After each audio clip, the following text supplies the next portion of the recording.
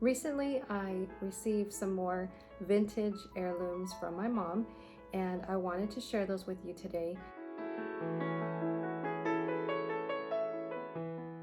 I have a cup of tea because this is going to be a fun chat and share video with you. Today we're talking about vintage plates and china plates or decor plates, and some are antique and some are vintage. There are a couple that she gave me. When I saw them, I was like, wow, I couldn't believe one of them is extraordinary. So I think I'd like to start off with the antique plates, because I do know these are from the 1800s, maybe early 1900. My mom said that these plates are from her grandmother, and she had received them passed down from her mom. So she wanted me to have these, and some of them are a little tattered because of wear and tear, but I thought we'd start off with this beautiful plate. I'm gonna hold it as close as I can to the camera for you so you can see how beautiful that is. And it is a colonial type of scene. I love the gold. It has gold edges. My mom's story on this is that she's sorry that she actually washed it, and she didn't know she should wash it or not because it's more of a decor plate, I'm thinking, in those days. But this was her grandmother's, and we call her Nana because that's what she called her. So this is Nana's plate. And even though the gold has, worn off, I feel like this is just like a piece of history, knowing that this was in my Nana's house. So my grandma, which is my mom's mom, was born in 1919. So I'm kind of going back in time with years, thinking that if this belonged to her mom, which was Nana, which is my mom's grandmother, then that means that this should have been probably, either early 1900, 1800. But if you have anything or have any knowledge of what this could be, I'd love for you to comment below which plate you love, or if you have any information about it, that would really help me.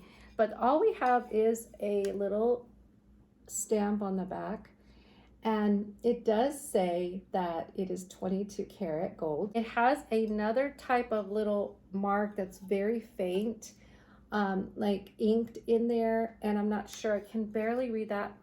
Crest o gold, Sabin, warranty, 22 karat gold. And then another plate that's from my Nana, which is my mom's grandma, is this beautiful rose platter. I feel like it's a dainty type of platter. I think this was probably something sort of like this one. It has the same mark on it. This one also has 22 karat, warranted 22 karat on the back stamp. And it's a beautiful platter. I love the pink roses. It has pink, yellow, and maroon with the green leaves. It's almost kind of reminiscent of Royal Albert country roses, but in a way it has its own style. I love how it's got these beveled edges around, as you can see. It's got design. It's not all round. So it's got some character, and the stem. So I love this one. I think this will be beautiful up on the wall too with a plate holder.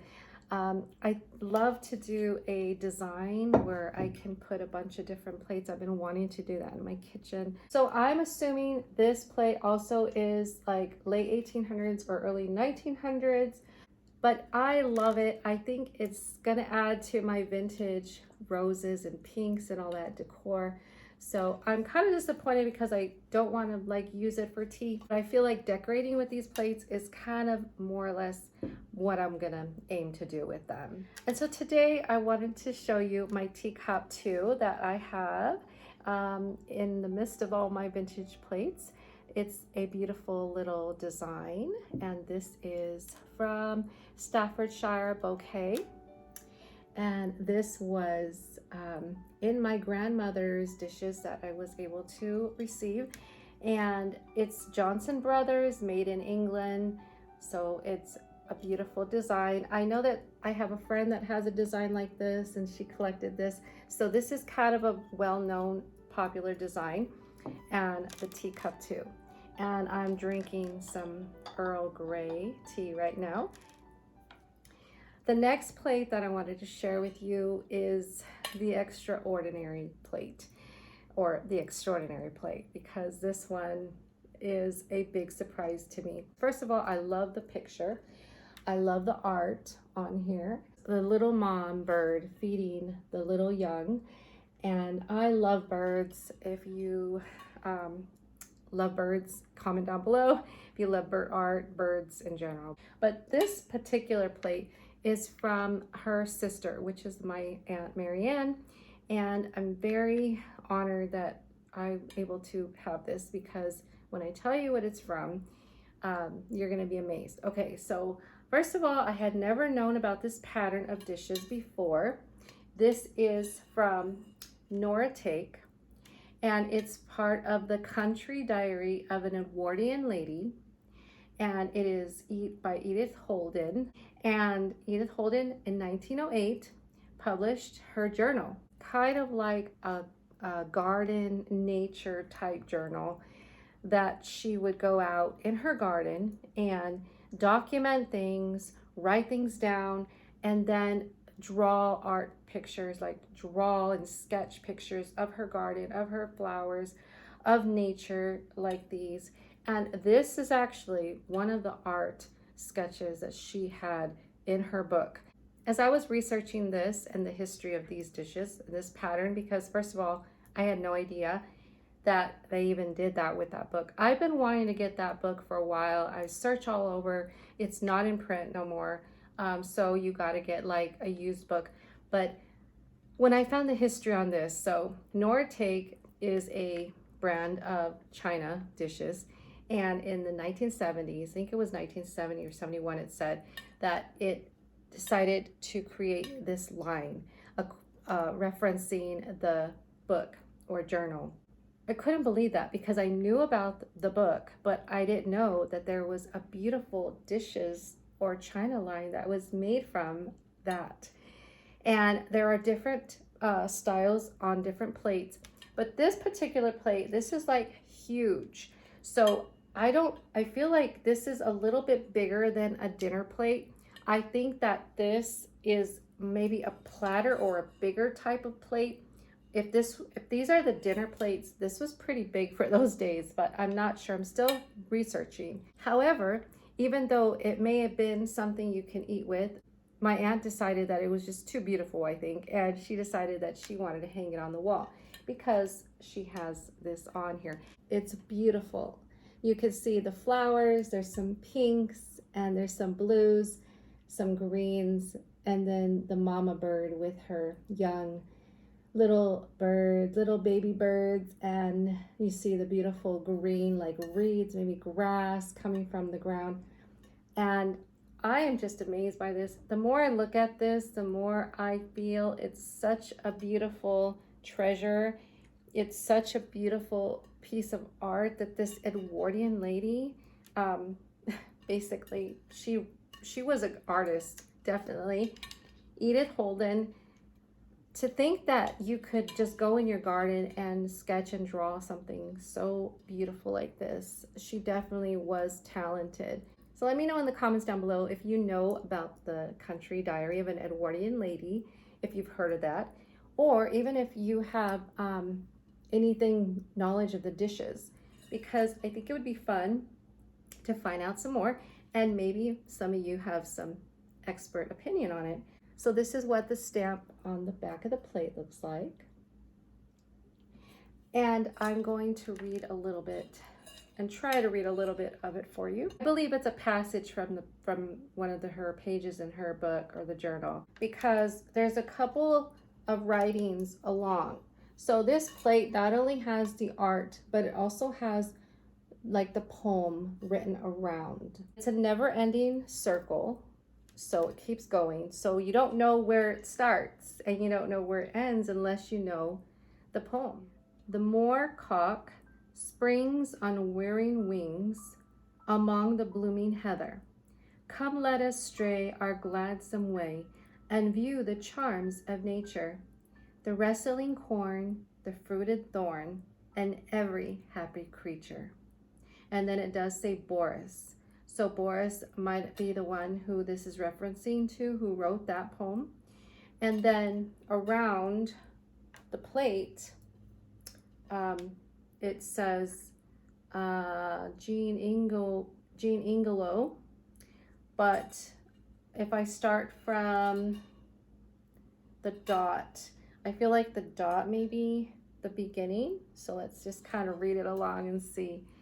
It says, a cloudless sky, a world of heather, purple of foxglove, yellow of broom.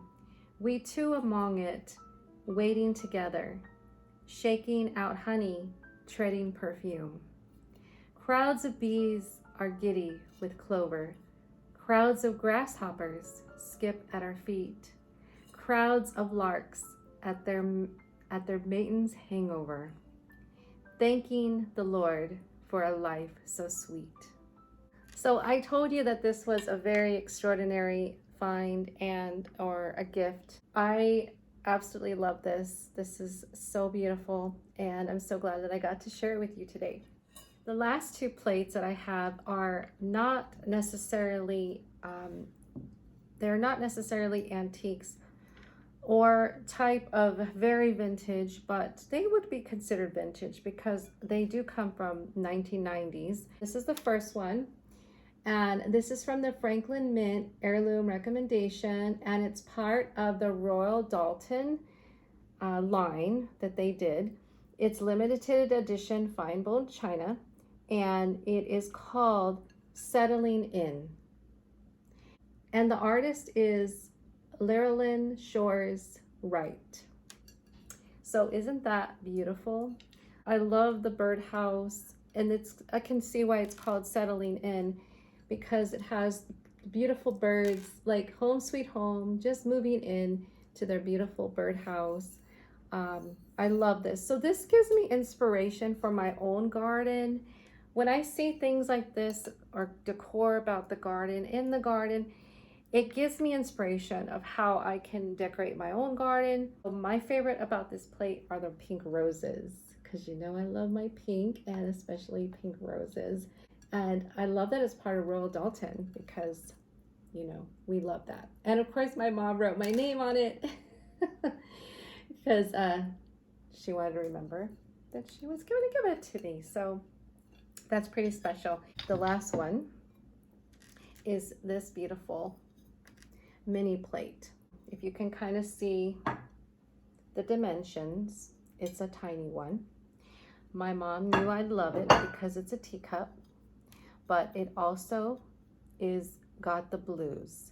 So this is gonna go beautiful paired with some of my blue and white dishes that I can put on the wall with my blue and white curtains in my kitchen, all that. So it's a beautiful print. This one is actually like a vintage one from the 90s too, because I remember my mom when she purchased these two. This is also part of the Bradford Exchange decor plates and collectibles. This one is called Cobalt Majesty, and it is by Irina Makarova, and it's the first issue in the Treasures of Russian Tradition. I love how the artist captured this style of dishes and how beautiful teacups and china can look vary from country to country, from culture to culture. I do have a teacup and a teapot from Japan too, and I've been wanting to share more of my teapots and teacup collection, so I'll be doing that in a future video. I can see this really pretty mixed with blue and white. This could also be good on an easel. I have so many fun ideas that I think I'm gonna do, so I got some fun decorating projects that I'm gonna have to put together for us all, and maybe we can all do that together. So you tell me what you think. Where should I put this, or how should I use these? What are your ideas? And let me know which one was your favorite today. I will see you again in my next video, and have a beautiful day.